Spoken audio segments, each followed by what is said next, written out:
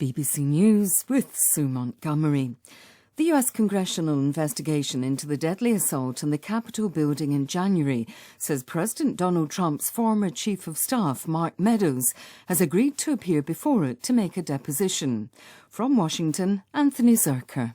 Congressman Benny Thompson, chair of the January 6th investigation, said in a press release that Mark Meadows has produced records and will soon appear for a deposition. As Donald Trump's chief of staff, Mr. Meadows could provide information about the former president's activities before and during the U.S. Capitol attack. The Meadows decision comes after the indictment of former Trump advisor Steve Bannon on 2 counts of contempt of Congress for his lack of cooperation with the investigation. Meadows may now avoid a similar fate as the committee continues to increase pressure on witnesses who have yet to comply with its request. The man expected to be Germany's next Chancellor, Olaf Scholz, has proposed that the country's parliament vote on whether to make vaccinations against coronavirus compulsory. Mr. Scholz has backed mandatory vaccinations as a way of defeating a 4th wave of infections. Here's Danny Eberhard. Making COVID vaccinations compulsory is a vexed and divisive issue, but one that, increasingly, European Union nations seem to be turning to. Now Germany's Chancellor-designate Olaf Scholz backs them. It's a big political call, but Germany has been seeing record infections and its health system is under serious strain. Mr. Scholz says current vaccination rates at just over 2/3 of the population are not high enough. German leaders are expected to announce new restrictions, including tighter ones aimed at unvaccinated people, on Thursday. The former Prime Minister of Lesotho, Thomas Thabane, has been charged in the High Court over the murder of his estranged wife, Dipolelo. He's accused of hiring hitmen to kill her in 2017, days before he was sworn into office. The Nobel Peace Laureate Nadia Murad has thanked Germany after a court in Frankfurt issued the world's first conviction for the genocide perpetrated on the Yazidi religious minority. She's a Yazidi survivor herself. The court sentenced an Iraqi man who was a member of IS to life in prison. Damien McGuinness reports.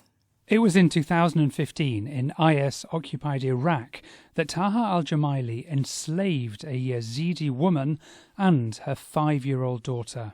He mistreated them for months, including one day chaining the little girl up outside in the blazing sun. She died of thirst. It's the latest in a number of recent cases in Germany to use the principle of universal jurisdiction.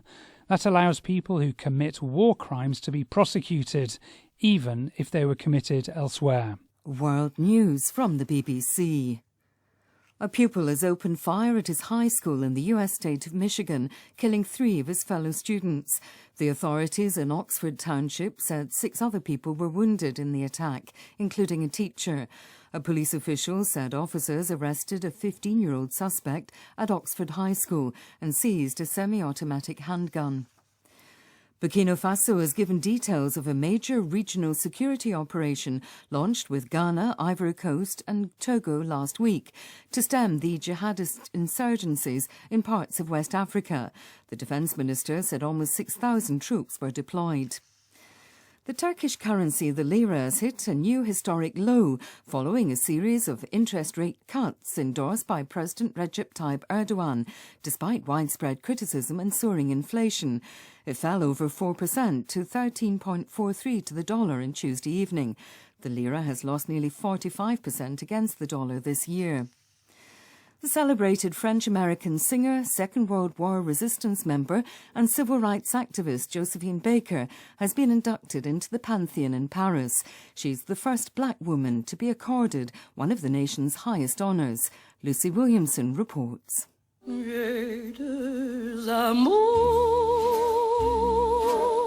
Josephine Baker was the star of Paris again today.